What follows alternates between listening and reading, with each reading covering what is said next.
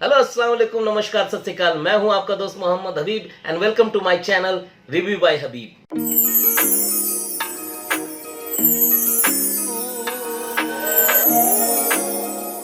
तो दोस्तों, आज मैं बात करूंगा उस ड्रामे के बारे में जिसका आप लोग बेसब्री से इंतजार करते हैं। मैं भी बेसब्री से इंतजार करता हूं और इस ड्रामे का 7वां और 8वां एपिसोड अभी यूट्यूब के ARY डिजिटल पर आ चुका है। तो आपको पता चल चुका होगा कि ये ड्रामा कौन सा है। तो ये ड्रामा है दोस्तों रद्द। राजा और रानी की। दोस्तों, रद्द ड्रामा का 7वां और 8वां एपिसोड आ चुका है जो ARY डिजिटल यूट्यूब के चैनल पर अवेलेबल है। तो दोस्तों, आप जाकर के उसे देख सकते हैं। 7वां और 8वां एपिसोड में जो स्टोरी आई है उसे आज हम अनफोल्ड करेंगे। तो दोस्तों, जब 7वां एपिसोड स्टार्ट होता है तो सालार बड़ी बेसब्री से बाइक की तरफ बढ़ता है और वहां पर उसका भाई उसकी चाबी छीन लेता है, उसे जाने से रोकता कि आधे घंटे तुम रुको, क्योंकि समन को देखने के लिए, यानी कि सालार की जो बहन है समन, उसे देखने के लिए कुछ लोग आए हैं। और बाद में पता चलता है कि वो सालार का भी रिश्ता कर देते हैं, तय कर देते हैं। तो ये बात उसको मालूम नहीं होती है, तो उसे जबरदस्ती वहां पे वो कहता है कि मुझे बहुत जरूरी है वहां स्पॉट पे पहुंचना। लेकिन उसे ट्विस्ट डाला गया, राइटर ने उस आदमी को, जो विलन है, उसको खड़ा किया गया है क्योंकि ट्विस्ट डालने के लिए। तो वो उसको घर के अंदर में ले जाता है और धकेल देता है। वो जाके बैठता है लड़की वालों के बीच में, लड़के वालों के बीच में, जो लोग आए हैं मेहमान, उनके साथ बात करता है। तो दोस्तों, जिस सालार की घर में कोई इज्जत नहीं थी, कोई अहमियत नहीं थी, आज उसकी अहमियत हो गई। तुम आज बाहर नहीं जा सकते, आधे घंटे के लिए तुम्हें रुकना पड़ेगा। वो उसे घर में धक्का दे देते हैं, यानी कि उनके भाई, और वो जाके बैठ जाता है बेचारा लड़का वालों के बीच में, लड़की वालों के बीच में, एनीवे, जिसकी शादी उसकी तय की गई है। अब आते हैं दोस्तों, यहाँ पे बातचीत होती है। सालार परेशान है बाहर भागने के लिए, और ये जब पता चलता है उसके भाई को कि वो उसकी मजबूरी है, जल्दी भागना है, तो वो और प्रॉब्लम क्रिएट करता है। बोलता कहीं नहीं जाना है, आज 24 घंटे के लिए नौकरों का काम तुम्हें करना है। गजब है, क्यों पता नहीं भाई इतना इरिटेट क्यों हो अपने भाई से, और इस तरह के टास्क दे रहा है वो। भाई बिजनेस संभाले, घर में सिर्फ इसको परेशान करने के लिए बैठा है। अब दोस्तों, ये सीन इसलिए क्रिएट किया गया है क्योंकि जो सलार बड़ा लाचार दिख रहा है, उसको और ज्यादा लाचार दिखाना है ताकि वो उसके साथ में ऑडियंस की सिंपैथी जाए।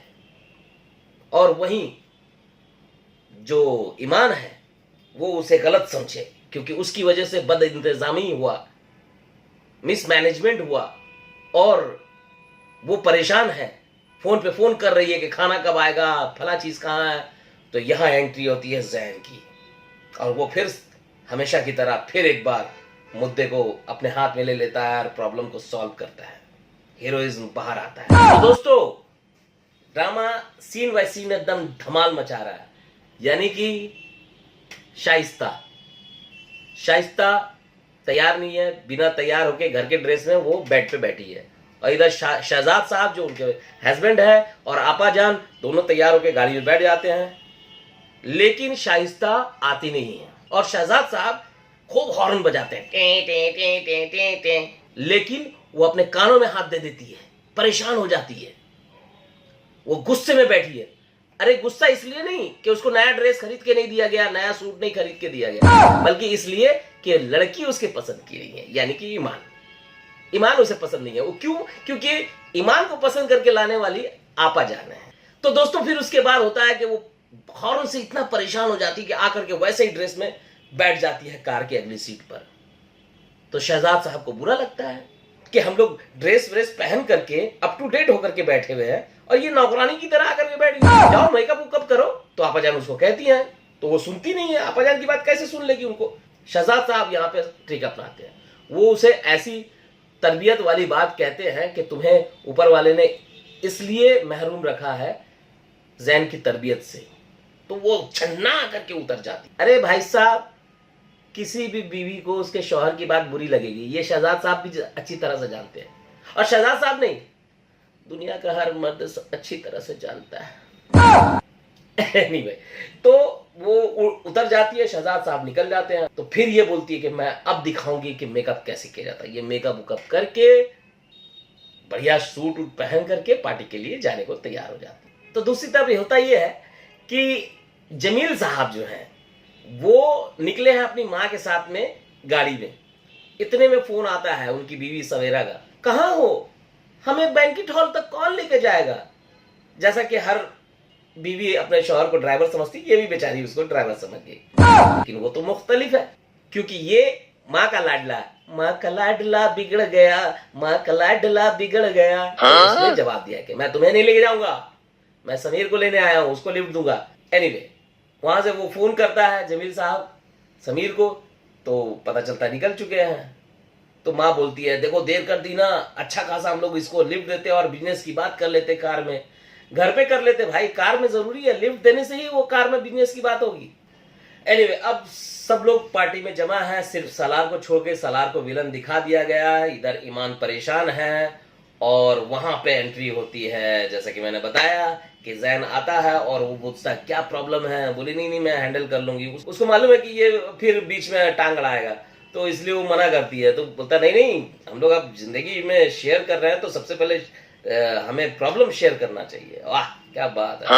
उसके बाद वो अपने हाथ में ले लेता और फोन ऑन करना शुरू कर देता है कि खाना यहाँ पे लाओ, बिरयानी यहाँ से लाओ, और जर्दा पुलाव भी होना चाहिए, पला देगा जो भी हो, कोफ्ता वफ्ता भी बोल रहा होगा शायद। एनीवे, वो माइंड में है, ये मेरी तरफ से था, मेरा भी मन कर रहा है इस तरह का खाना खाने का। एनीवे, अब आते हैं अगले पॉइंट पे कि ईमान ने जो हिडन रिंग सेरेमनी ऑर्गेनाइज किया था उसके तहत वो बड़ा मुस्कुरा रही है, और वहां पे समीर साहब को जमाल साहब लेके पहुंचे हैं और बोलते हैं कि, और उनकी बीवी को कहते हैं अरे रिंग रिंग रिंग दो, तो वो रिंग देती है बड़ी खुश होकर के। यहाँ जैसे ही रिंग समीर को दी जाती है, समीर बोलता है 1 मिनट रुकिए, पहले पूछ तो लीजिए इनके वालिद को कि मैं इनकी बेटी के लायक हूं या नहीं। और फिर टन टन सीन बदल जाता है, पता चलता है कि समीर शादीशुदा है, और ये बात जमाल साहब को पता था। उसके बावजूद वो चाहते हैं कि उनकी साली का रिश्ता समीर के साथ हो जाए, क्योंकि बिजनेस पार्टनर में उसको एडवांटेज मिलेगा। मुझे नहीं पता कि वो अगर शादी करवा देता तो क्या एडवांटेज मिलता, कि भाई तुमने मेरी शादी करवा दी, डबल शादी करवाई, इसलिए तुमको जो तुम्हारा 1.25 करोड़ रुपया निकल रहा है वो तुम्हें माफ किया जाए। ये तो खैर समझ में नहीं आ रहा, ये शादी वाला मैटर क्यों जबरदस्ती ठूसा गया प्रॉब्लम क्रिएट करने के लिए। तो दोस्तों यहाँ पे हंगामा होता है, जमील साहब फिर समीर पे भड़क जाते हैं, तो कि क्या आप कैसी बात कर रहे हो। तो समीर कहता है भाई ये तो आपको पता है कि मैं शादीशुदा हूँ, उसके बावजूद आप अपनी साली की शादी मुझसे करवाना चाहते हैं। तो इसका राज खुलते ही जमील गर्म हो जाता है, गुस्से में एकदम लाल, और वो फिर उल जुलूल बकने लगता है, बोलता ठीक है। तो जमील साहब को समीर कहता है कि 1.25 करोड़ तुम्हारा मेरा निकलता है, वो तुम लौटा देना। यहाँ उसके पसीने छूटने लग जाते हैं। अब यहाँ पे देखिए मतलब क्या बेहूदगी है, देखिए वो लड़की परेशान है, सवेरा जो जमील की वाइफ है, यानी कि ईमान की बहन, वो ईमान को बक रही है और रोना धोना चालू है, क्योंकि उसका घर टूट जाएगा। अरे तुम्हारा हस्बैंड शादीशुदा से तुम्हारी बहन की शादी कर रहा, उसकी जिंदगी बर्बाद हो रही है, तुम्हें अपनी पड़ी है। कैसा बेवकूफा सवाल साहब है, कैसा रोना धोना है। तो यहां पे उसके रोने धोने चालू हैं। थोड़ा इस कैरेक्टर को मतलब ऐसा रखें जिससे उसको सही लगे कि हाँ भाई इसको सेंस है कम से कम। अपने मतलब हस्बैंड के चक्कर में वो अपनी बहन की जिंदगी को खत्म करने पे तुली हुई है, क्या मतलब कुछ भी। एनीवे, अब आते हैं अगले पॉइंट पे।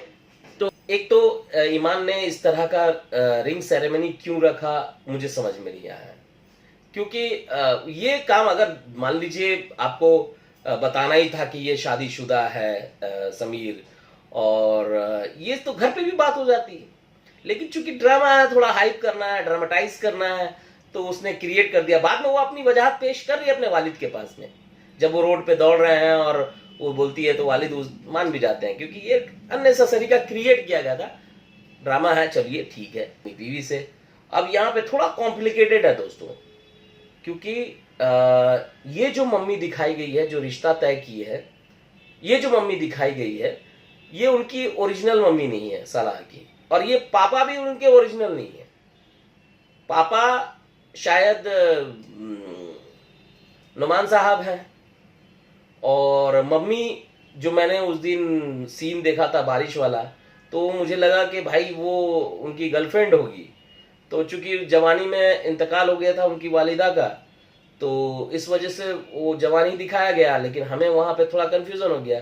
और वो मम्मी थी शायद, जिन्हें कुछ गलतियों के हादसे में आग लग जाती है, और वो ये दोषी खुद को मानता है, या लोग उसको कहते हैं कि सालार इसका दोषी है, जो उसके वालिद भी ये बात उसको काली में कहते हैं। एनीवे, यहाँ पर राज खुलता है, दोनों हस्बैंड वाइफ बात करते हैं साजिद के कि आज 28 साल से मैं उसको बर्दाश्त कर रही हूँ, और तो बोला सब कुछ बर्बाद हो जाएगा, तुम ज़्यादा इसको परेशान मत करो, हमें बहुत संभल करके ये करना है।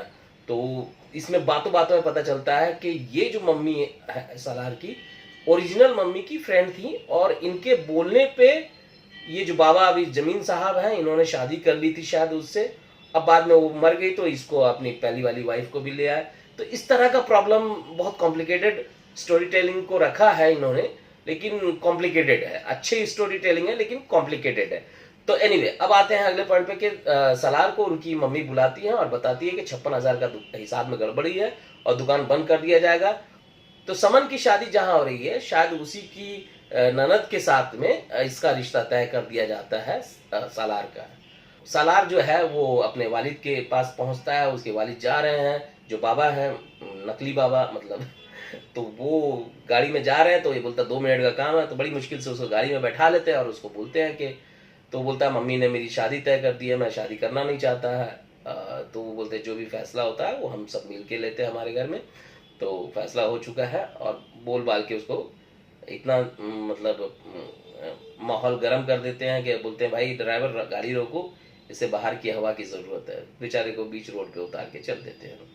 ये लोग पहुंचते हैं दुकान में, वहाँ पे सालार आता है। सालार आते हैं, आने के बाद कहता है आलम साहब मेरा कुछ सामान आपको अपने यहाँ दुकान में रखना होगा, क्योंकि तो अहमद साहब कहते हैं कि भाई क्या हुआ, रेनोवेशन करवाने वाले हो क्या? तो बोले नहीं नहीं, रेनोवेशन नहीं, मुझे दुकान बंद करना है। बोले दुकान बंद करना है, क्यों? तुमने तो अच्छा खासा एक नाम कमा लिया है। बोले नहीं, मेरी शादी हो रही है और लड़की वाले चाहते हैं कि वो कुछ धंधा करके देंगे। मतलब ऐसा बात, इतना बड़ा एम्पायर का आदमी है, मतलब इस तरह की बातें जैसे कोई छोटा मोटा छुड़वैया आदमी काम करता है, उस तरह की बात। एनीवे, उसको उस तरह से ट्रीट करना था।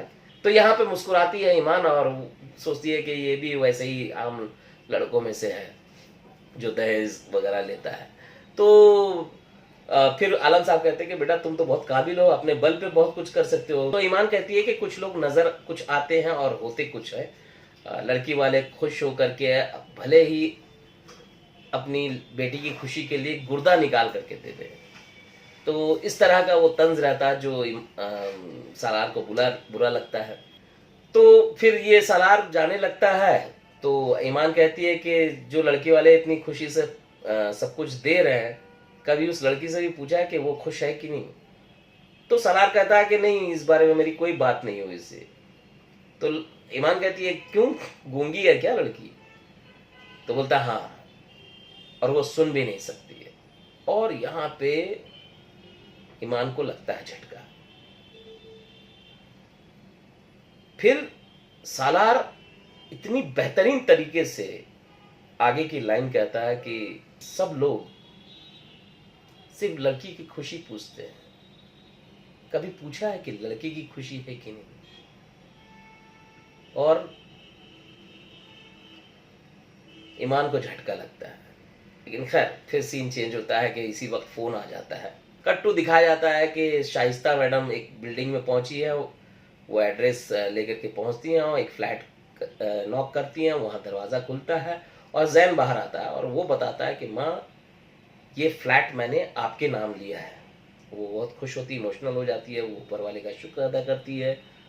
तभी पता चलता है कि ईमान भी आ जाती है, दोनों को मिलाया जाता है। यहाँ पे शाइस्ता को थोड़ा अंदर से बुरा लगा, लेकिन उसने चैलेंज किया है आपा को कि अब मैं आपके ट्रिक के हिसाब से चलूंगी, मुझे आपने हमेशा विलन बनाया है, आप हीरोइन रही हैं, अब मैं आपके ट्रिक से हीरोइन बनूंगी, आपको विलन बनाऊंगी। इसलिए वो अपने आप को कंट्रोल कर रही है और कोमोलिका कभी कभी नजर आती है, फिर उसके बाद कंट्रोल करती कि नहीं नहीं, मुझे हीरोइन रहना है, तो इसलिए वो घर बेटे के सामने थोड़ा पॉजिटिव दिखने की कोशिश करती है, लेकिन वो ईमान को पसंद नहीं करती। ये बात उसने जमील को भी कहा।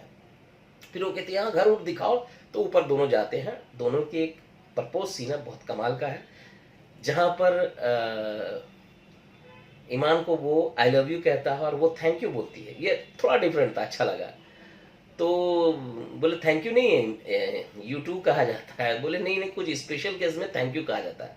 ये एक मतलब कह सकते हैं कि सिंबॉलिक वर्ड था कि थैंक यू तभी कहा जाता है जब किसी के एहसानमंद हो जाए, मोहब्बत में एहसानमंद। तो कोई अगर हमसे प्यार कर रहा है तो उसका एहसान है, इस लिहाज से शायद थैंक यू कहा गया।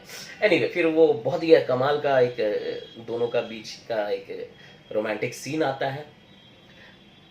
अब आते हैं दोस्तों अगले सीन पे। दोस्तों कहानी का अगला सीन ये होता है कि घर में सब लोग एक साथ बैठे हैं, दोनों फैमिली, और बात होती है कि जैन की शादी की तारीख तय कर दी जाए, क्योंकि वो अब बाहर जा रहा है 28 तारीख को रात में। और ये सुन करके कहीं ना कहीं ईमान को थोड़ा सा उदासी आती है, लेकिन जैन इधर फैमिली बैठ करके डिसाइड करती है कि उसकी तारीख नवंबर की तारीख तय कर दी जाए, ताकि लड़के को ज़्यादा कन्फ्यूज़न ना हो, जल्दी से वो आ जाए वहाँ पर। तो ये दोनों की बातें तय होती है। यहाँ डिप्लोमेट तरीके से शाइस्ता फिर एक बार गेम करती हैं कुछ। वो किचन में जा करके शाइस्ता को समझाती हैं कि ये तुम क्या कर रही हो, और तो वहाँ पे वो मतलब ये टिपिकल ड्रामों में दिखाया गया कि जो बेचारा मजबूर होने वाला, जो प्रताड़ित होने वाला है, जिसके साथ टॉर्चर होने वाला, जिसको अब नेगेटिव दिखाया जाने वाला है, तो वो उसके पीछे आदमी खड़ा होगा, वो राज की बात सुन रहा होगा। तो यहाँ शहजाद पीछे खड़े हैं और आपाजान आगे ऐसे हैं और उनको दिखते नहीं, और वो मुद्दे की बात कर रही है। जो साजिश कर रही है शाइस्ता, उनको शहजाद दिख रहे हैं, इसलिए वो गेम खेल लेती है। और यहाँ पे शहजाद साहब मुंह ऐसे करके चल देते हैं कि मेरी बहन खराब है। ये टिपिकल ट्रैक अभी चलने वाला है कि इनके गले में आने वाले हैं, क्योंकि यही पॉजिटिव थी, इनको अब नेगेटिव दिखाना है। उधर सवेरा जमील से बात करती है और कहती है कि मैंने समीर से बात कर लिया, आप उससे जाकर मिल लीजिए। तो बोले मैं माफी मांगूंगा, तुम समझ में आता है तुमको। तो यहाँ पे दोनों का कन्वर्सेशन होता है। फिर वो बोले भाई 1.25 करोड़ रुपए की बात है, आप मान लीजिए बात जा करके, वरना फिर जो है आप समझिए। तो वो कहता है कि मैं जाके मिल लूंगा, और लेकिन उसके बावजूद मुझे अपना बिजनेस करना है और मुझे तुम्हारे सपोर्ट की जरूरत है। तो सवेरा बेचारी भोली वाली बोलती मैं तो हमेशा आपके साथ हूँ। कहता नहीं नहीं, मुझे थोड़े से ज्यादा रुपए की जरूरत है। यहाँ पे सवेरा के फागते उड़ जाते हैं कि ये अभी उससे मांगेगा। एनीवे, यहाँ एपिसोड खत्म होता है। ओवरऑल दोस्तों ये ड्रामा बहुत अच्छा है, स्टोरी टेलिंग बहुत अच्छी है, लेकिन इतना ज्यादा कॉम्प्लिकेटेड ना कर दें, सीन को इतना घुमा ना दें कि ऑडियंस को फिर कंफ्यूजन पैदा हो जाए, मजा नहीं आए, उस सीन का मजा ही नहीं ले पाए जिसके राज बने पड़े हैं और बाद में राज खुलेंगे, और ये जो सीन का मजा है वो निकल ही नहीं पाएगा। तो दोस्तों अब आते हैं अदाकारी पे। तो हिबा बुखारी बहुत ही कमाल लग रही हैं, अच्छा परफॉर्मेंस है उनका, पूरे कैरेक्टर को बहुत अच्छे तरीके से उन्होंने एक डिजाइन किया है और वो एग्जीक्यूट कर रही हैं ऑडियंस तक। तो आउटस्टैंडिंग। शहरियार मुनावर जो है, उनकी लाचारी नो डाउट लोगों के दिलों तक पहुंच रही है, लेकिन अब चूंकि 8 एपिसोड तक उनको बहुत लाचार दिखाया जा चुका है। मुद्दे पे आना चाहिए, ट्रैक को खोलना चाहिए, क्या है इसका सस्पेंस, तो उस पे आना चाहिए। और वहीं अरसलान नासिर जो है वो अपने किरदार में बहुत कमाल है, उनका सटल एक्ट बहुत ही कमाल का है, और ये उर्दू ड्रामा में धमाल मचा रहे हैं और आने वाले टाइम में और भी धमाल मचाएं। और शहजाद साहब, आपा, शाइस्ता और ये आलम साहब, सब लोग अपने किरदार को बाखूबी निभा रहे हैं, बहुत ही कमाल। सवेरा, जमील, समीर, सारे लोगों का कैरेक्टर बहुत ही कमाल का है। अब आते हैं दोस्तों इसकी बीजीएम पर। बहुत ही कमाल की बीजीएम है, बहुत ही अच्छी बीजीएम की गई है, और इसका डीआई बहुत अच्छा है। दोस्तों इस ड्रामे में सबसे खास बात यह है कि इसमें साउंड इफेक्ट को बहुत अच्छे से अहमियत दी गई है, बहुत ही कमाल का साउंड इफेक्ट इस्तेमाल किया गया, और उसकी जो लेवल मिक्सिंग की गई है वो इतना अच्छा किया गया कि वो दिखता है कि जैसे आपको एक सीन दिखा रहा हूँ, ये देखिए स्क्रीनशॉट, इसमें सालार के पीछे से गाड़ी तुम्हारा वो लोग देखिए साउंड आता है गाड़ी पार होने का, ठीक है ना, और वो एक उसका लेवल बहुत अच्छा है। लेकिन वहीं इधर उसके जो वालिद बैठे हैं जमीन साहब के पीछे से एक गाड़ी पार होती है, यहां साउंड इफेक्ट छूट गया है, ये देखिए। जिसने बचपन में तो दोस्तों इस तरह की कुछ कुछ खामियां हैं, मैं बहुत बारीक नजर रखता हूं, सिर्फ आपके लिए कहाँ गड़बड़ हुई है और उसको पॉइंट आउट करता हूं, ताकि बेहतरीन ड्रामों में गिना जाए। अगर गलतियां नहीं रहेंगी तो बेहतरीन ड्रामों में गिना जाता है ड्रामा, और गलतियां हो तो उसकी खामियां निकालते हैं लोग। तो इसी तरह की बातें लेकर के मैं आता रहूंगा, मेरे साथ बने रहिए दोस्तों। मैं मिलता हूं आपको अगले वीडियो में, तब तक के लिए अलविदा, अपना ख्याल रखिए, लव यू ऑल।